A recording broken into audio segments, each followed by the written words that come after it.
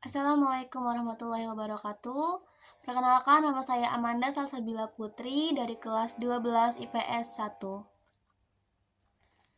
Saya membuat video storytelling yang berjudul Sejarah Kartini ini untuk memenuhi tugas yang telah diberikan oleh Pak Evantino Febriana, SPD, selaku Guru Sejarah Indonesia saya.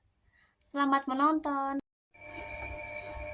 Raden Ayu Adipati Kartini Djodjodiningrat atau sering disebut dengan Raden Ajeng Kartini adalah seorang tokoh Jawa pahlawan nasional Indonesia.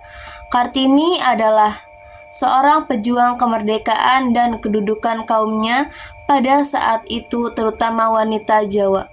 Lahir pada tanggal 21 April 1879 di Jepara. Raden Ajeng Kartini berasal dari kalangan priai atau bangsawan Jawa. Ia merupakan putri dari Raden Mas Adipati Aryo Sosroningrat, seorang patih yang diangkat menjadi bupati Jepara segera setelah Kartini lahir. Kartini adalah putri dari istri pertama, namun bukan yang utama. Ibunya bernama M.A. Ngasirah, putri dan Nyai Haji Siti Aminah dan Kiai Haji Madirono, seorang guru agama di Telukawur, Jepara. Dari sisi ayahnya, silsilah Kartini dapat dilacak hingga Hamengkubuwono VI, garis keturunan Bupati Sosroningrat, bahkan dapat ditilik kembali ke istana kerajaan Majapahit.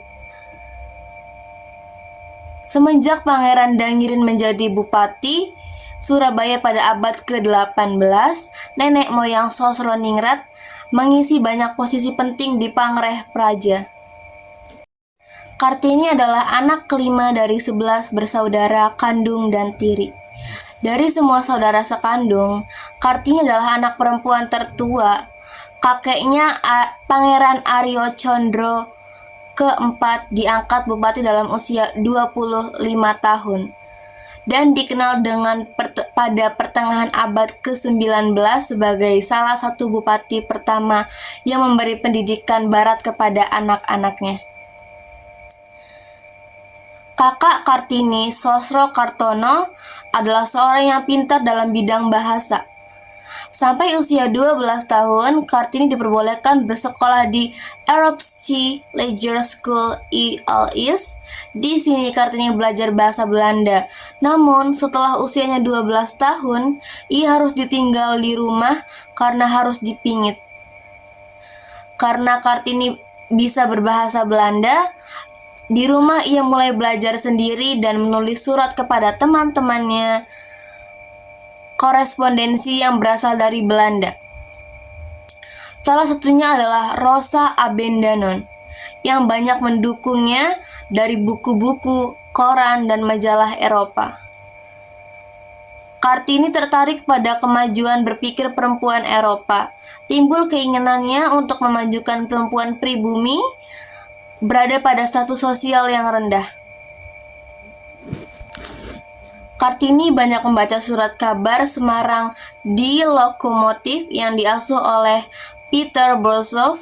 Ia juga menerima Lee Stromer, paket majalah yang diedarkan di toko buku pada langganannya. Di antara terdapat majalah kebudayaan dan ilmu pengetahuan yang cukup berat. Juga ada majalah wanita Belanda di Hollandsche Lily. Kartini pun kemudian beberapa kali mengirimkan tulisannya dan dimuat di Hollandsche Lily. Dari surat-suratnya tampak membaca apa saja dengan penuh perhatian, sambil membuat catatan-catatan.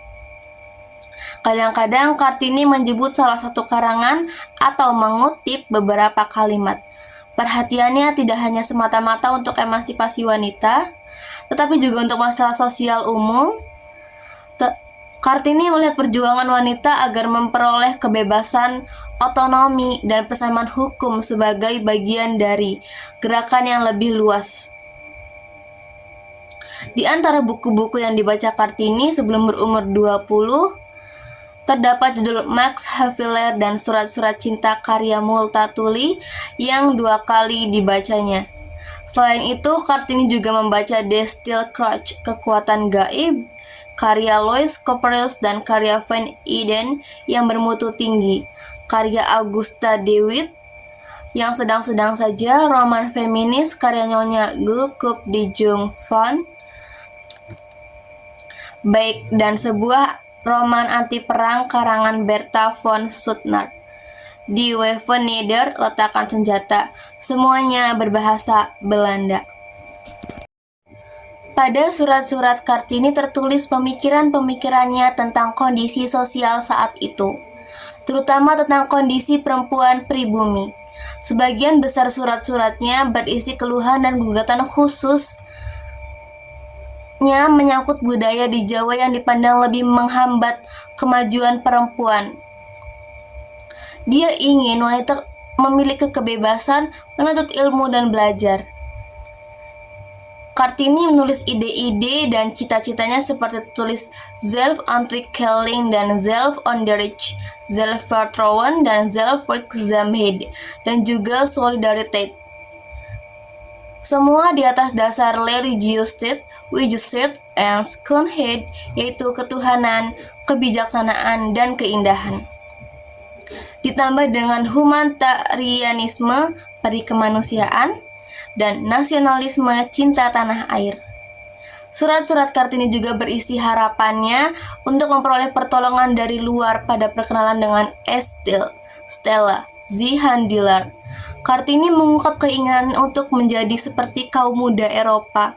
Ia menggambarkan penderitaan perempuan Jawa akibat kungkungan adat, yaitu tidak bisa bebas duduk di bangku sekolah, harus dipingit dinikahkan dengan laki-laki yang tak dikenal, dan harus bersedia dimadu. Surat-surat Kartini banyak mengungkap tentang kendala-kendala yang harus dihadapi ketika bercita-cita menjadi perempuan Jawa yang lebih maju. Meski memiliki seorang ayah yang tergolong maju karena telah menyekolahkan anak-anak perempuannya meski hanya sampai umur 12 tahun, tetap saja pintu untuk sana tertutup. Kartini sangat mencintai sang ayah, tetapi pada akhirnya menjadi kendala besar dalam mewujudkan cita-cita. Sang ayah dalam surat juga diungkapkan begitu mengasihi Kartini. Ia disebutkan akhirnya mengizinkan Kartini untuk belajar menjadi guru di Betawi, meski sebelumnya tak mengizinkan Kartini untuk melanjutkan studi ke Belanda ataupun masuk sekolah kedokteran di Betawi. Keinginan Kartini untuk melanjutkan studi terutama ke Eropa memang terungkap dalam surat-suratnya. Beberapa sahabat penanya mendukung dan berupaya mewujudkan keinginan Kartini tersebut. Ketika akhirnya Kartini membatalkan keinginan yang hampir terwujud tersebut, terungkap adanya kekecewaan dari sahabat-sahabat penanya. Niat dan rencana untuk belajar ke Belanda tersebut akhirnya beralih ke Betawi saja setelah dinasihati Nyonya Abendanon bahwa itulah yang terbaik bagi Kartini dan adiknya Rukmini. Oleh orang tuanya, Kartini dijodohkan dengan Bupati Rembang, KRM Adipati Aryo Singgih Jojo Adiningrat, yang sudah pernah memiliki 3 istri. Kartini menikah pada tanggal 12 November 1903. Suaminya mengerti keinginan Kartini dan Kartini diberi kebebasan dan didukung mendirikan sekolah wanita di sebelah timur pintu gerbang komplek kantor Kabupaten Rembang atau di sebuah bangunan yang kini digunakan sebagai gedung pramuka. Berkat kegigihan Kartini, belakangan didirikan sekolahan wanita oleh Yayasan Kartini di Semarang pada tahun 1912 dan kemudian di Surabaya, Yogyakarta, Malang, Madiun, Cirebon, dan daerah lainnya. Nama sekolah tersebut Sekolah Kartini. Yayasan Kartini didirikan oleh keluarga Van Deventer, seorang tokoh politik etis. Meski tidak sempat berbuat banyak untuk kemajuan bangsa dan tanah air, Kartini mengemukakan ide-ide pembaruan masyarakat yang melampaui zamannya melalui surat-suratnya yang bersejarah. Cita-citanya yang tinggi dan dalam surat-suratnya kepada kenalan dan sahabatnya orang Belanda di luar negeri seperti Tuan E.C. Abendanon, Nyonya M.C.E. Ovingsur, Zihan Diller, Profesor Dr. Gika Anton dan Nyonya Tuan H. von Kohl dan Nyonya Heiji di Boissevain. Surat-surat Kartini diterbitkan di negeri Belanda pada tahun 1911 oleh Mr. J.H. Abendanon dengan judul Door Duisternis tot Licht. Diterjemahkan ke bahasa Indonesia oleh sastrawan pujangga baru Arjmin Pan pada tahun 1922 dengan judul Habis Gelap Terbitlah Terang.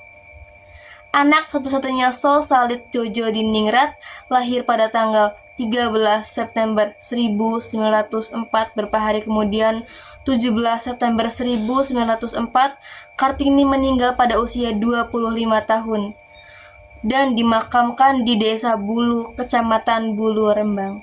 Terima kasih.